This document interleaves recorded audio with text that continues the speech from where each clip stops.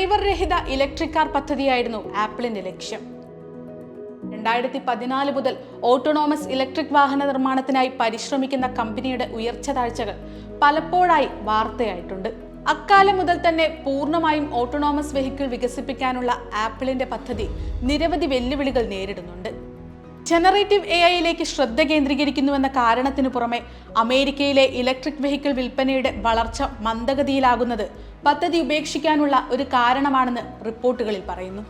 Charging ഇൻഫ്രാസ്ട്രക്ചറിന്റെ അഭാവം electric വാഹനങ്ങളെക്കാൾ hybrid വാഹനങ്ങൾ വാങ്ങാൻ ആളുകളെ പ്രേരിപ്പിക്കുന്നതും പ്രതികൂല സാഹചര്യമായി.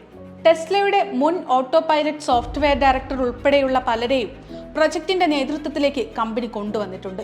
ഇപ്പോൾ ഫോർഡ് മോട്ടോർ കമ്പനിയുടെ ഉന്നത പദവിയിലിരിക്കുന്ന ഡഗ് ഫീൽഡിന്റെ വിടവാങ്ങൽ സംരംഭത്തെ ബാധിച്ചിരുന്നു. പ്ലാനിങ്ങിലും നേതൃത്വത്തിലും ഇടയ്ക്കിടെ വന്ന മാറ്റങ്ങൾ ആപ്പിൾ പ്രൊജക്ടിന് വെല്ലുവിളിയായിരുന്നു.